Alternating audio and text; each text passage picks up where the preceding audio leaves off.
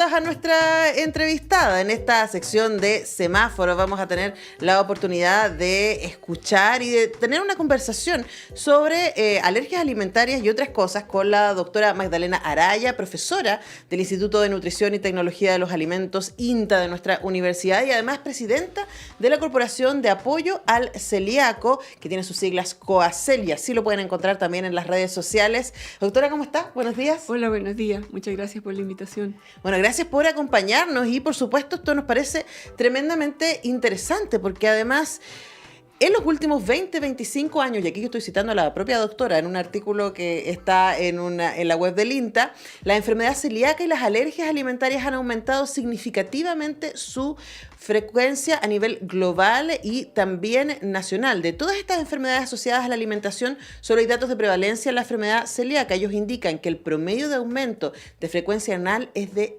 7,5. Hay millones de personas en todo el mundo, según estaba leyendo acá, 33 millones de personas con alergia alimentaria solamente en América.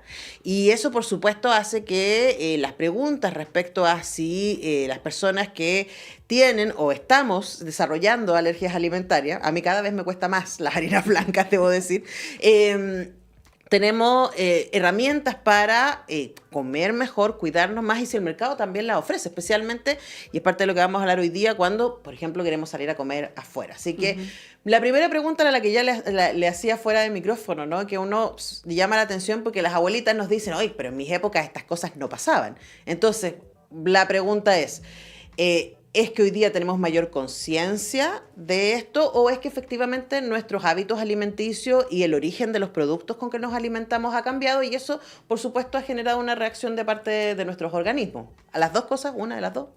Bueno, las dos cosas por supuesto que influyen.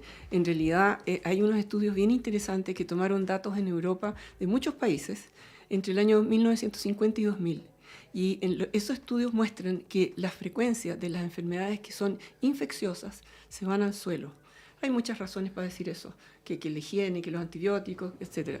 Pero paralelo a eso, todas las enfermedades que están mediadas por el sistema inmunológico se fueron hacia arriba. Y dentro de ese paquete está la enfermedad celíaca y las alergias alimentarias que nosotros estamos conversando. Perdón lo básico de mi pregunta, pero exactamente, ¿qué es lo que hace el sistema inmunológico? El sistema inmunológico está se hizo en la evolución de la vida, digamos, para defendernos de las infecciones.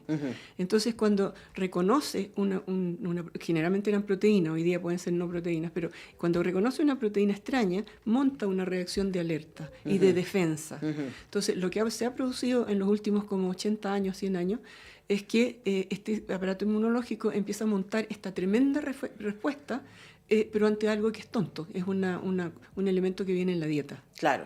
Y que no debería, o sea, está pauteado el sistema para que no reconozca nada que viene en la dieta. Piensa en términos evolutivos, la dieta es muy importante porque es lo que nos mantiene vivos. Claro. Entonces está protegida, no deberíamos reaccionar a ella. Claro, pero también probablemente nosotros somos la primera generación que ha estado expuesta a que parte importante de su nutrición está intervenida. Así es. Y tanto estoy pensando en pesticidas como en potenciadores de frutas y verduras, estoy pensando solamente en esa área, o todo lo que tiene que ver con los procesados, ¿no? Que son parte muy importante de nuestra dieta hoy día. Entonces, tenemos datos respecto a cómo esta generación, las personas que hemos estado vivas los últimos 50, 40 años, estamos reaccionando a todo esto. No, la verdad es que hay muchos estudios y eso es exactamente uno de los temas más estudiados en este momento, pero todavía no hay respuesta. Lo que sí es que esto ha pasado en un periodo de tiempo tan corto, que es muy claro que no puede ser una mutación genética que apareció así en los seres humanos de un día para el otro. No es genético. Entonces tiene que estar relacionado con el ambiente. Y coincide que efectivamente lo que tú estabas diciendo coincide con que el hábito de alimentación de la población cambió brutalmente en los últimos 80 años, 50, digamos desde la Segunda Guerra Mundial a esta parte. Eso es muy notorio, porque a propósito de la guerra fue que en toda Europa se produjo una serie de innovaciones y novedades que permitieron alimentar a las tropas en el frente en forma mejor, ¿te fijas? Claro. Entonces, cuando se vació esas novedades industriales a la alimentación de la población, ha traído como consecuencia que estamos comiendo muy distinto. Pero la cosa no es bastante compleja. No es cosa de decir los alimentos ultraprocesados son pésimos. Claro que son pésimos, pero tenemos que buscar la razón científica que lo explique, no Claro. el eslogan, digamos. Claro. Claro, y uno podría pensar que también tenemos la posibilidad, y me imagino que esos estudios se están haciendo, ¿no? Comparativa de poblaciones que tenemos acceso a los alimentos ultraprocesados e intervenidos y las que no. Y qué es lo que está pasando ahí. Y también tenemos esta como vuelta, ¿no? De lo orgánico, de las ferias y de las granjas orgánicas y de las gallinas Claro. felices y todas aquellas cosas. O sea, en el fondo hay que comer alimentos que sean más naturales, que tengan menos intervención industrial. Si tú piensas lo que era batir los huevos en la casa sonando ching, ching, ching a la velocidad de tu mano, con hoy día una procesadora industrial que bate pero a no sé cuántas revoluciones por minuto, es evidente que la tecnología es mucho más drástica, más intensa. Y eso podría tener una influencia. Eso hay estudios, hay unos grupos que estudian eso, que dicen que eso sí tiene que ver, que son la intensidad de la técnica industrial que se aplica hoy en día, la que ha cambiado a la calidad, digamos, de los alimentos. Pero es muy difícil distinguir qué es lo que es cierto y lo que no. Porque, por ejemplo, si tú estamos hablando de la enfermedad celíaca, han habido un montón de cambios en lo que es el trigo. Pero el trigo actual, siendo muy distinto del trigo antiguo, no es, como quien dice, modificado genéticamente, lo que sea, o sea, es modificado en ciertos aspectos para que cumpla mejor ciertas funciones industriales. Pero la verdad es que eso no explica, científicamente hablando, no explica el aumento de lo que ha pasado en la población. Lo que ha pasado en la población tiene que ser algo que está pinchando el sistema inmunológico todo el tiempo. Ahora, yo tengo ahí una opinión, pero es una humilde opinión, porque no está demostrado. En los últimos años se le está dando mucho más importancia a lo que se llama la microbiota intestinal. Nosotros tenemos estos trillones de microorganismos que son los que nos están indicando momento a momento a la mucosa de nuestro intestino qué es lo que está pasando en el lumen. Entonces, yo digo que es factible que sea posible que esta microbiota está dando señalizaciones distintas. No digo erradas porque no sabemos, pero puede ser perfectamente distinta la señalización que manda cuando ve un ultraprocesado que cuando está viendo la papa y el tomate. Claro. A ver, entonces, para ir como sacando algunas como punteos, ¿no? Para quienes nos están escuchando, y les recuerdo que conversamos con la doctora Magdalena Araya, que es investigadora y académica del INTA, además de ser la presidenta de la Corporación de Apoyo al Celíaco. Entonces, como cosas básicas que uno ya podría tomar en cuenta, ¿no? Decir que podemos suponer hoy día, y se está investigando aquello, que parte de lo que ha cambiado a los alimentos no solo tiene que ver con su materialidad, sino también con la tecnología que permiten que llegue a nosotros. Así es. Eso no sabemos exactamente el camino y el mecanismo cómo lo hace, pero es muy probable que sí sea un factor muy importante en el cambio de la reacción inmunológica que tenemos en nuestro cuerpo. Y claro, y la segunda cosa, que es una recomendación bastante obvia, ¿no? Tiene que ver con que usted cuando escoja qué va a comer, trate de escoger ir por los alimentos menos procesados. Exactamente, hay que comer alimentos y no ingredientes, no una lista de ingredientes. Claro. El ejemplo típico que nosotros damos es que cuando tú hablas de la mermelada que haces en casa, es fruta con azúcar. Cuando te compras un paquete, un tacho ahí en el supermercado, son como 7 líneas de ingredientes y uno de los últimos o penúltimos es la fruta.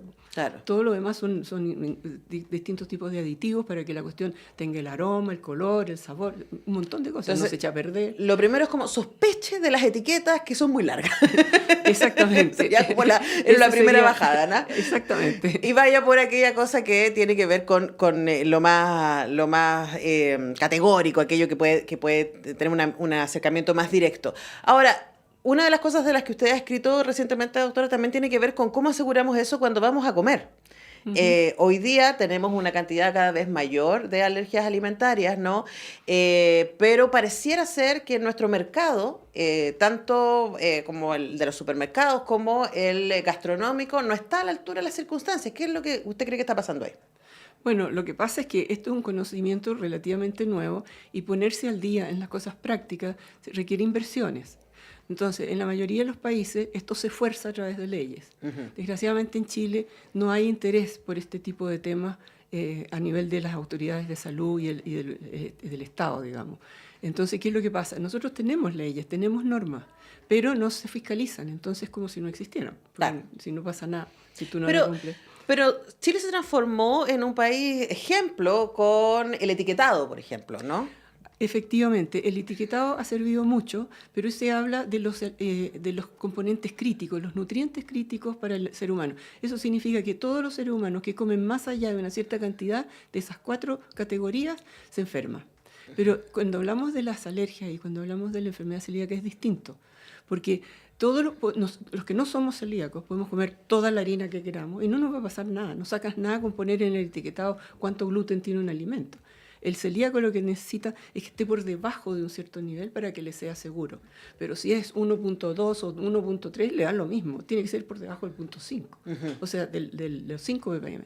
Ese tipo de cosas nunca ha sido bien entendido y nunca ha sido informado a la población. Y por eso es que a mí me gusta personalmente esta nueva ley, que espero que sea fiscalizada, porque si no, no va a servir mucho, en que exige que, por ejemplo, a nivel de los colegios, se produzca una especie como de campaña de que se informe, y la ley dice se advierta a los apoderados, a los profesores, a los estudiantes, a todo el mundo, qué son las intolerancias alimentarias, qué son las alergias y qué es la enfermedad celíaca, que es un cuadro muy específico porque reacciona solamente al gluten. En las alergias, los alérgicos pueden reaccionar a lo que se les dé la gana, cada uno está sensibilizado a cosas distintas.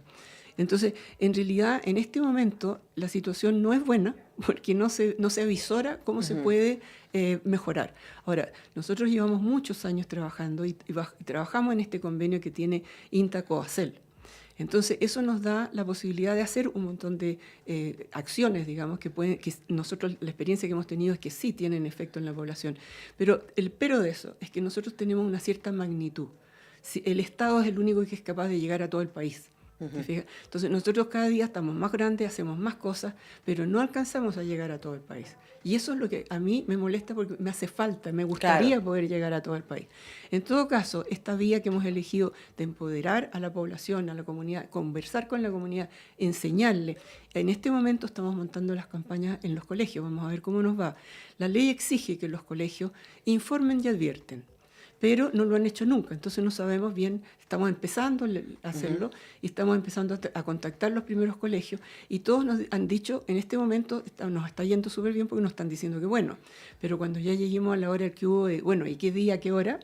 Ahí vamos a ver cómo nos manejamos. Nosotros tenemos en este momento programado todo una acción que se puede hacer como para poder implementarla pedacito por pedacito, colegio por colegio. Es la única manera que lo podemos hacer, pero yo creo que eso tiene un efecto de demostración importante, porque los que van a ese colegio le hablan al colegio del lado y le hablan las amistades. Es aunque sea boca a boca, pero funciona. Pero también, doctora, creo que tiene un efecto de demostración importante también para el Estado. Esto es posible hacerlo, ¿no? Por supuesto. Y además porque la ley 21.362, que modifica la ley 20.606, no solamente dice que todos estos establecimientos de salud pública, establecimientos penitenciarios, casinos y cafeterías que estén dentro o sean parte de alguna institución deben informar y advertir, sino también deben proveer. Claro, eso es un artículo especial que tiene, porque hay un primer artículo que habla de los colegios. Ya. Ahí dice informar y advertir, no proveer comida. Ya. Pero en esto otro, que parte del articulado que va hacia la JUNAEP, ahí explica que todas las entidades que tienen que ver con algo público, incluso mete a las penitenciarías, las cafeterías, todo, esas tienen, además de informar y advertir, tienen que proveer la alimentación segura para estos grupos de personas que tienen dietas especiales restrictivas. Porque además yo me imagino el tema de la información y también de la reacción, ¿no? ¿Qué pasa cuando, por ejemplo, tengo un chico que está haciendo crisis por alergia alimentaria en el colegio, la enfermera del colegio, si es que hay una enfermera, ¿sabe qué hacer con eso? Por supuesto, eso es lo que nosotros queremos informar y para eso es que hemos realizado este programa que queremos empezar a implementar, porque todos tienen un papel importante que hacer, porque, por ejemplo, cuando el mismo programa nos gustaría poder aplicarlo a nivel de los consultorios, de los SFAM que hay hoy en día. Entonces, cuando entra por primera vez la persona a este consultorio, lo más probable es que no hablar ni con el médico y la nutricionista, que son los únicos dos que deberían saber, porque son los que tratan estas cosas. Esos están metidos en una oficina que no llegan a él. Va a hablar con la persona con que se encontró. Entonces, la enfermera, la persona de buena voluntad que que perteneciendo a ese lugar le quiso hablar y le quiso ayudar, eso no es que lo vayan a tratar a la persona ni hacerle el diagnóstico, ni mucho menos, pero tienen que saber de este problema para que sepan guiarlo a dónde tienen que ir a consultar y con quién tienen que conversar. ¿Te fijas? Ahora, doctora, para cerrar, y en esa misma lógica de los aprendizajes, ¿no? Yo decía más temprano que yo me estaba empezando a dar cuenta que estoy teniendo cada vez más problemas con las harinas procesadas.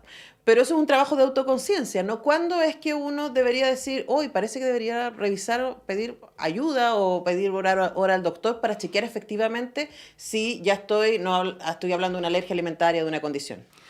Mira, desde el punto de vista médico, se dice que cuando tú tienes un problema que se repite, ya vale la pena preocuparse por él. Ahora, nosotros en Coacel tenemos una página web en que tú tienes un correo de contacto y mucha gente pregunta sencillamente, no sé qué hacer con esto.